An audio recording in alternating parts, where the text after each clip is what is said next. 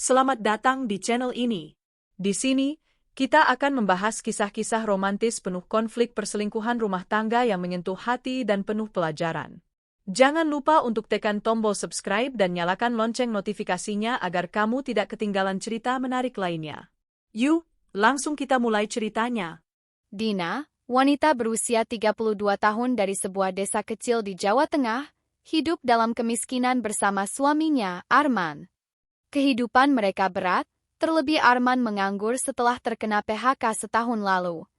Meski cinta di antara mereka tak berkurang, kemiskinan mulai menggerogoti keharmonisan rumah tangga. "Saya harus berbuat sesuatu, Mas," ujar Dina pada suatu malam. Mereka duduk di depan lampu teplok, ditemani nasi dan garam. "Kalau terus begini, bagaimana kita bisa bertahan?" lanjutnya sambil menggenggam tangan suaminya. Arman terdiam. Meski hatinya menolak, ia tahu Dina benar. Pekerjaan di desa terbatas, dan peluang bekerja di luar negeri sebagai TKW terasa seperti satu-satunya jalan keluar. Dengan berat hati, ia menyetujui kepergian Dina. Namun, ada rasa bersalah yang mengganjal hatinya, seolah ia telah gagal menjadi kepala keluarga. Dina berangkat ke Arab Saudi 2 bulan kemudian.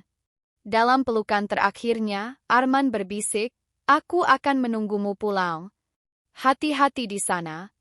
Setibanya di Jeddah, Dina ditempatkan di rumah keluarga Al-Mansur, sebuah keluarga terpandang. Majikannya, seorang pria bernama Ibrahim, adalah duda berusia 45 tahun dengan seorang anak perempuan berusia 8 tahun bernama Salma. Dina ditugaskan mengurus Salma dan mengelola pekerjaan rumah tangga. Hari-hari Dina dimulai dengan mempersiapkan sarapan, membersihkan rumah besar, dan menjaga Salma. Gadis kecil itu awalnya cenderung dingin, tetapi seiring waktu, Dina berhasil mengambil hatinya. "Anti seperti ibu kedua bagiku," ujar Salma suatu hari. Kata-kata itu menyejukkan hati Dina yang sering dirundung rindu pada keluarga di rumah. Namun, hubungan Dina dengan Ibrahim tak sepenuhnya mulus. Ibrahim adalah pria dingin yang sering menghindari percakapan panjang.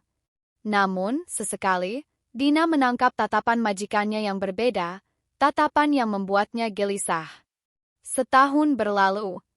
Dina semakin merasa terisolasi dari rumahnya. Surat-surat dari Arman jarang datang, dan Dina mulai meragukan apakah suaminya masih menunggunya. Dalam kesepian itu, Ibrahim mulai menunjukkan perhatian yang tak biasa. Ia sering berbicara lebih lembut, bahkan memuji kerja keras Dina. Awalnya, Dina mengabaikan perhatian itu. Namun, suatu malam ketika Salma sakit parah, Dina menghabiskan waktu semalaman di kamar anak itu, memeluk dan menjaganya dengan penuh kasih. Ibrahim yang melihat itu mendekat, matanya penuh haru. "Engkau lebih dari sekadar pekerja, Dina. Engkau seperti bagian dari keluarga ini," katanya. Kata-kata itu menyentuh hati Dina. Ia sadar perasaan aneh mulai tumbuh di hatinya, tetapi ia menolaknya keras-keras. Ia ingat suaminya, janji yang pernah ia buat untuk kembali. Namun, Ibrahim semakin sering menunjukkan perhatiannya. Dina berada di antara kebingungan dan keteguhan hati. Malam itu, rumah keluarga Al-Mansur terasa lebih sunyi dari biasanya. Salma sudah terlelap di kamarnya setelah Dina membacakan dongeng yang ia bawa dari Indonesia. Cerita tentang putri kemuning yang merindukan kampung halamannya membuat Salma tertidur dengan senyum di wajahnya, tetapi justru menyisakan kehampaan dalam hati Dina. Ia merindukan rumah, merindukan Arman. Setiap malam, Dina berdoa agar waktu berjalan lebih cepat, agar ia bisa segera pulang ke pelukan suaminya yang menunggunya di desa. Namun, doa malam itu terputus oleh ketukan di pintu. Ibrahim berdiri di ambang pintu, wajahnya letih namun matanya tajam. "Dina, aku ingin berbicara," katanya dengan suara pelan. Dina hanya mengangguk, mengikuti Ibrahim ke ruang kerjanya, ruang yang jarang ia masuki. Di sana, Ibrahim duduk di kursinya yang megah, sementara Dina berdiri canggung di depan meja kayu yang besar. Ia memandangi rak-rak buku di sekitarnya, mencoba menghindari tatapan Ibrahim yang terus tertuju padanya. Akhirnya, Ibrahim berbicara. Aku tahu ini tidak pantas. Tapi aku merasa harus mengatakannya, ucap Ibrahim, suaranya penuh emosi. Dina mengangkat wajah, tatapannya penuh kebingungan. Dina, sejak kau datang, hidupku berubah. Aku merasa ada cahaya yang kembali dalam rumah ini. Dina mengernyit, mencoba memahami maksud Ibrahim. Tuan, saya hanya melakukan pekerjaan saya, jawabnya perlahan, namun suara gemetar. Bukan itu maksudku, potong Ibrahim. Ia berdiri, berjalan mendekati Dina. Aku merasa ada sesuatu antara kita. Aku tahu kau juga merasakannya. Kata-kata itu membuat Dina terpaku. Hatinya berdebar kencang, bukan karena cinta, tetapi karena rasa takut. Ia mundur selangkah, mencoba menjaga jarak. Tuan, saya seorang pekerja. Saya sudah menikah. Aku tahu, Ibrahim menyela. Tapi aku tak bisa menahan ini. Dina, aku kesepian. Hidupku kosong setelah istriku meninggal. Kau membawa kehidupan baru ke rumah ini, ke Salma, ke aku. Dina merasa dadanya sesak. Ia ingin pergi, tetapi tubuhnya terasa berat. Kata-kata Ibrahim terus menghujani pikirannya. Ia merasa terjebak antara rasa tanggung jawab, kesetiaan pada suaminya, dan kelemahannya sebagai manusia yang juga butuh cinta dan pengakuan. Namun, malam itu, batas yang selama ini ia jaga runtuh. Dalam momen yang penuh emosi, Ibrahim mendekat dan menggenggam tangannya. Dina tidak menarik tangannya. Ia tidak tahu apa yang lebih berat, rasa kesepian yang ia pendam selama ini atau dosa yang akan menghantuinya. Pagi harinya, Dina terbangun dengan perasaan campur aduk. Ia merasa kotor, malu, dan marah pada dirinya sendiri. Di cermin kecil di kamar pelayannya, ia melihat wajahnya yang biasanya cerah kini terlihat suram. Apa yang telah aku lakukan, bisiknya pada bayangannya sendiri. Selama beberapa hari, Dina menghindari Ibrahim. Ia mencoba menjalani pekerjaannya seperti biasa, tetapi setiap kali melihat Salma, hatinya terasa hancur. Salma memandang Dina dengan mata penuh kasih, seolah tidak ada yang berubah. Namun bagi Dina, semuanya telah berubah. Rasa bersalah semakin menghantuinya ketika ia mulai merasa mual di pagi hari. Awalnya ia mengira itu karena kelelahan, tetapi ketika mual itu semakin sering terjadi, Dina tahu ada sesuatu yang salah.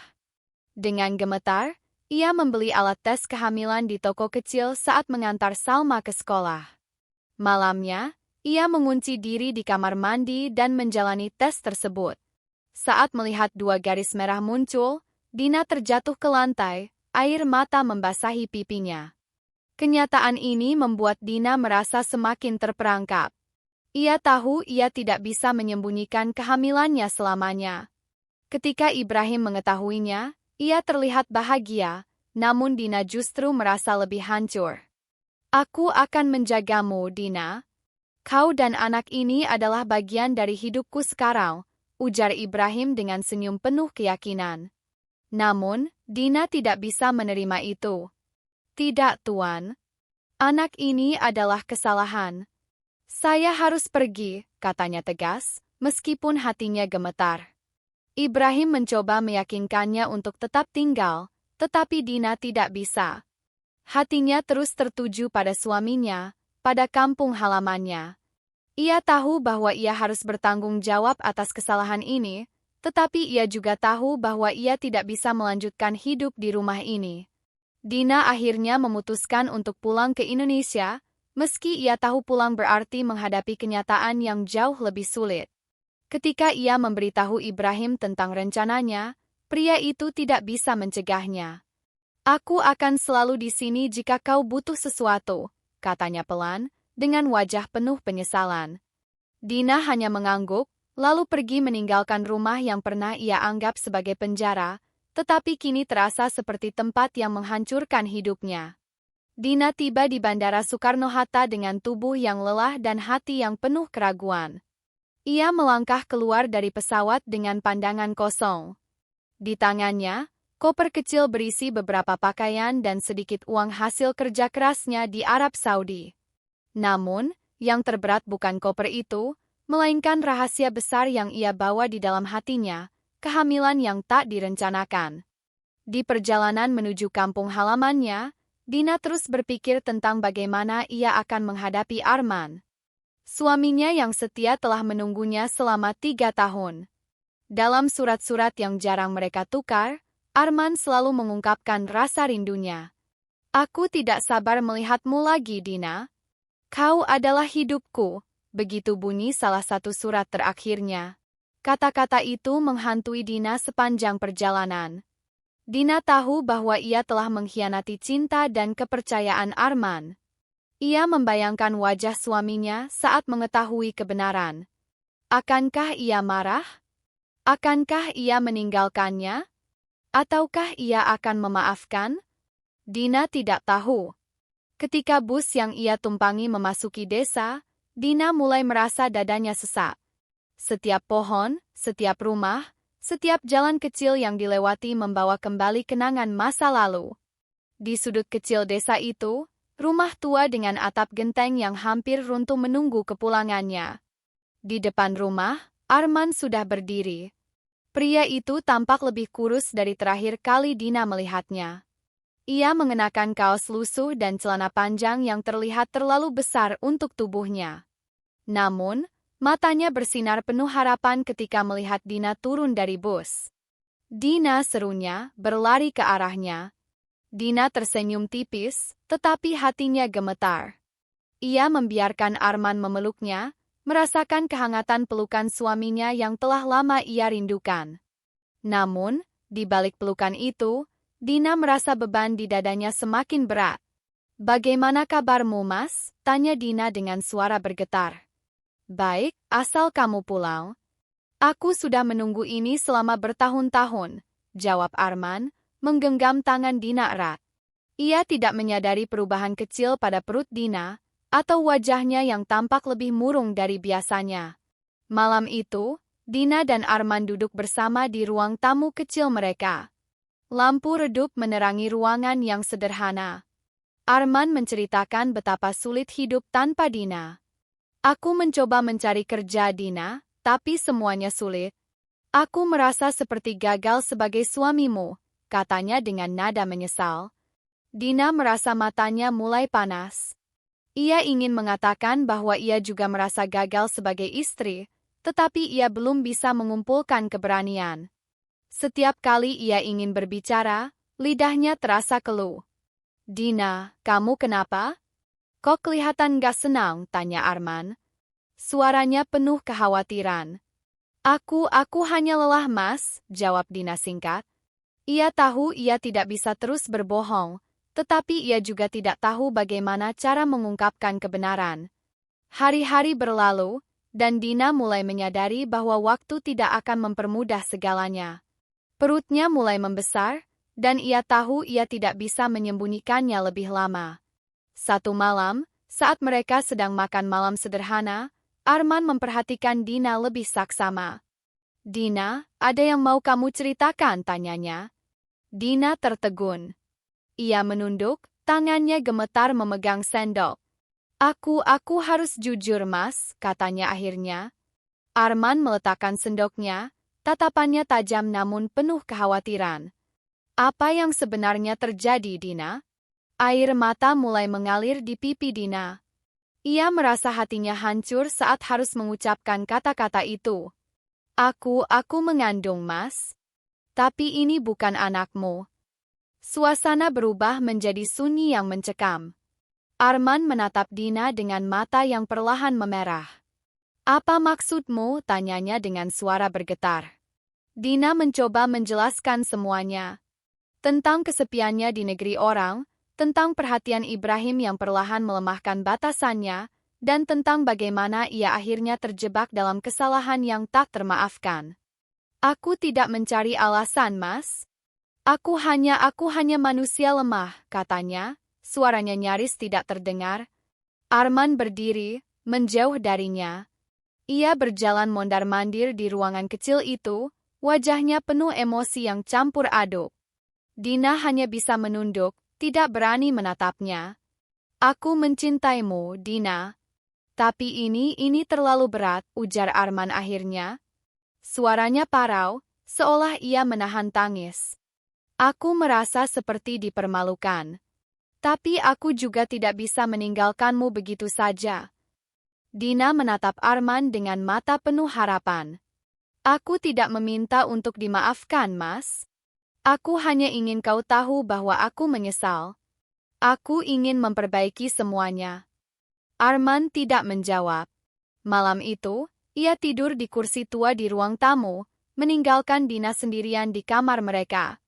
Dina menangis sepanjang malam, bertanya-tanya apakah ia akan kehilangan segalanya. Hari-hari berikutnya adalah hari-hari penuh kebimbangan. Arman mulai menjaga jarak dari Dina, meskipun ia tidak pernah meninggalkannya.